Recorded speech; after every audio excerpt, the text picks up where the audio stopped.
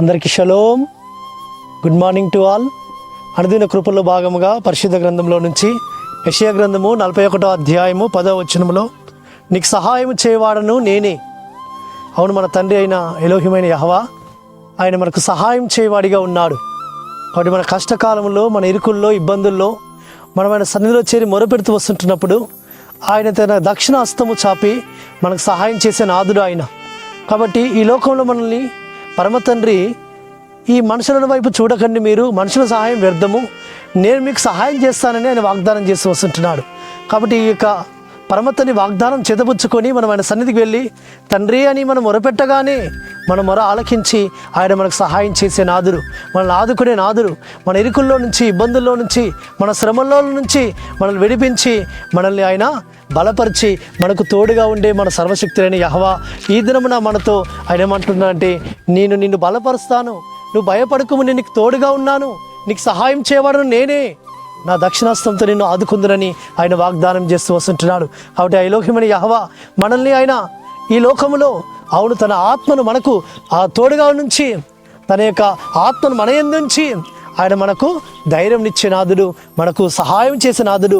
తన దూతలు ముందుగా పంపుతాడు, ఆయన దక్షిణాస్తము చాపుతాడు. ఆయన సన్నిధిలో నుంచి ఆయన యొక్క కరుణను, ఆయన దయను, ఆయన ప్రేమను మన మీద కుమ్మరించి ఆయన మనకు సహాయం చేసే నాథుడు. కాబట్టి ఈ లోకంలో నాకు సహాయం ఎక్కడి నుంచి వస్తుంది అని అవును కొండల తట్టి మనం కళ్ళెత్తుతుంటాం, కానీ మనకు సహాయము భూమి ఆకాశం కలుగజేసిన యెహోవా వల్లే సహాయం కలుగును. ఆ సృష్టికర్త ఆయన ఏమంటున్నాడంటే, నేను నీకు సహాయం చేస్తాను అంటున్నాడు. కాబట్టి ఆ సహాయం చేసే నాథుడైన ఎలోహిం దగ్గరికి వెళదాము, ఆయన నుంచి మనము ఆశీర్వాదాలు పొందుకుందాము, ఆయన నుంచి సహాయం పొందుకుందాం, ఆయన చేత నడిపింపబడదాం, ఆయన చేత దీవింపబడదాం, ఆయన చేత మనం మేలు పొందుకుందాం. కాబట్టి మనుషుల సహాయము కోరుట కంటే, మనుషులను ఆశ్రయించడం కంటే యెహోవాను ఆశ్రయించడం మేలు. కాబట్టి ఏ భక్తులైతే ఆయన ఆశ్రయిస్తున్నారో వారికి ఆయన తోడుగా ఉండి వారికి సహాయం చేసి వారు నడిపించినాదురు. కాబట్టి ఈ దినమున కూడా మనం ఆయన సహాయాన్ని కోరుకుందాం, ఆయన చేత మనము నడిపింపబడదాం, ఆయన చేత మనం ఆశ్రయింపబడదాం, ఆయన సహాయాన్ని పొందుకొని మేలు పొందుకుందాం. అట్టి విధమైన కృప పరమతని నిరంతరం మనకు తోడుగా ఉండి మనల్ని బలపరిచి నడిపించును గాక. ఆమేన్. ప్రార్థన చేసుకుందాం. పరలోకందర మా తండ్రి, సర్వోన్నతుడ, జీవాధిపతి ఆశ్వామిస్యానికి స్తోత్రములు.